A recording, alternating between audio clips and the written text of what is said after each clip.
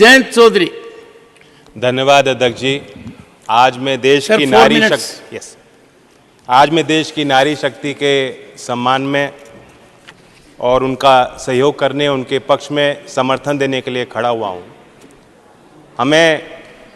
हमारे देश में महिलाएं अलग अलग रूप में दिखते हैं, घर के अंदर, घर के बाहर, खेत में मजदूरी भी करती हैं, खेती भी करती हैं, उद्यमी भी हैं, व्यापारी भी हैं, रोजगार ले भी रही हैं, रोजगार दे भी रही हैं, छात्र भी हैं, वैज्ञानिक भी हैं, एस्ट्रोनॉट भी हैं, खिलाड़ी भी हैं। और राजनीतिक व्यवस्था की बुनियाद से लेकर ग्राम पंचायत से लेकर ब्लॉक तक, जिले तक, हर स्तर पे आपको उनकी संख्या बढ़ती दिख रही है। लेकिन ये कटु सत्य है कि विधान पालिकाओं में जो संख्या उनकी होनी चाहिए थी, जो तादाद होनी चाहिए थी, वो आज तक बन नहीं पाई। और इसलिए आरक्षण जैसे अफर्मेटिव एक्शन को लेकर आज हम सब लोग मिलकर पूरा जोर लगाने के लिए तैयार हैं। आज के दिन मैं चौधरी चरण सिंह जी को याद करता हूँ। बड़ी बड़ी राजनीतिक सभाओं में वे ग्रामीण क्षेत्रों में दुर्लभ शौच की व्यवस्था पे भाषण दिया करते थे और प्रकाश डालते थे। आज जातियों में इतने संबंधों में कट्टरता बनती जा रही, वो अंतर्जातीय विवाह के पक्षधर बनकर लोगों को जोड़ने की बात करते थे। क्यों? क्योंकि वे चाहते थे कि समाज बदले। उनके ज़माने में और आज तक बहुत चीज़ें हो गई हैं, बहुत चीज़ बदल चुकी हैं, लेकिन आगे का रास्ता भी बहुत लंबा है। मैंने खुद देखा है महोदय, गांव में अगर सामाजिक और राजनीतिक परंपराओं के कारण लज्जा और शर्म को बहाना बनाकर अगर उन पे बोझ ज़्यादा लगाया जाता है, तो शहरों में भी मध्यम वर्ग में, बहुत बड़े बड़े संभ्रांत परिवारों में भी घर की महिलाएं खाना बना रही हैं, बाहर वालों को, घर वालों को पहले खाना खिलाती हैं, उसके बाद सबसे आखिर में वो खाती हैं, चाहे वो गर्भवती भी हों। और आप समझ सकते हैं कि अगर मां आखिर में अपने पोषण का ध्यान रखेगी, उसका प्रभाव आने वाली पीढ़ी पे पड़ता है। और इसलिए गुजरात से भी ताज्जुब करने वाले आंकड़े आते हैं, बहुत निराश करने वाले आंकड़े आते हैं जब कुपोषण की हम बात करते हैं। महिलाओं के खिलाफ अपराध नहीं रुक रहे, लाख प्रयासों के बाद नहीं रुक पा रहे। यह हैवानियत क्यों है? उन्नाव हो, कठुआ हो, हाथरस हो, मणिपुर हो, महिला जो हमारी खिलाड़ियां थीं, कितना अत्याचार चुपचाप सहेंगे। अच्छा होता कि आज ट्रेजरी बेंचेस से जो आवाज निकल रही है, उस समय भी आपको उनके पक्ष में बात रखनी चाहिए।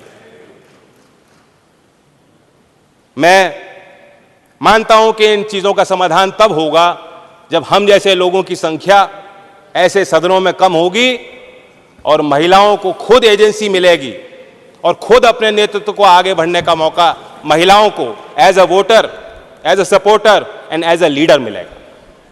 और इसलिए मैं इस बिल का समर्थन करता हूं। बिल के लिए संबंध में दो ही सवाल है मेरे। नंबर 1, आप ही की प्रक्रिया को अगर हम फॉलो करते हैं तो 10 साल तो कहीं नहीं गए। तो जो चीज 2034 तक शायद आनी है, उसके लिए ये जल्दबाजी क्यों? स्पेशल सेशन होगा, पहले बताया नहीं जाएगा क्या बिल है, और उसके बाद जल्दबाजी में ये लो बिल और पास करो। क्या मजबूरी है? विंटर सेशन में भी ला सकते थे। कल गृह मंत्री अमित शाह जी ने लोकसभा में कहा कि हम ये जो आयोग बना रहे हैं, परिसीमन आयोग, ये जन सुनवाई करेगा। क्या महिलाओं को आरक्षण देने के लिए हमें जनसंख्या तलाशनी पड़ेगी?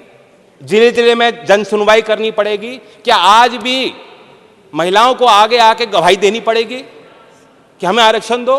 फिर दोबारा मांग उठानी पड़ेगी, फिर दोबारा विरोध झेलना पड़ेगा। तो इसलिए परिसीमन आयोग की कहीं कोई आवश्यकता नहीं। और मैं सवाल पूछता हूं कि जो माननीय देश के प्रधानमंत्री स्वर्गीय अटल बिहारी वाजपेयी जी के समय जो कानून आया था, जो प्रस्ताव आया था, जो प्रक्रिया थी, उस प्रक्रिया में क्या कमियां थी? बाकी आगे पीछे जो प्रस्ताव थे उन्हें भूल जाइए, आप वाजपेयी जी को क्यों भूल गए?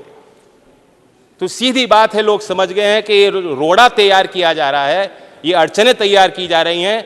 नीति तो ठीक हो सकती है, नीयत में कुछ खोट। आपने धूम पिक्चर देखी, उसके बाद धूम 2 आई, मुन्ना भाई आई, फिर आई लगे रहो मुन्ना भाई। कई बार होता है ना पार्ट 1 पार्ट 2, उसी तरह से अच्छे दिन आई थे, अच्छे दिन आएंगे।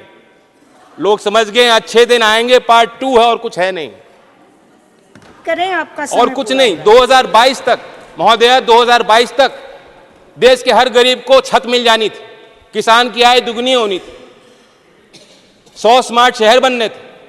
फिर कहा चिंता मत करो, अमृतकाल है, रुक जाओ। आज कल और परसों का हिसाब दीजिए। आज महिलाएं इंतजार क्यों करें बताइए?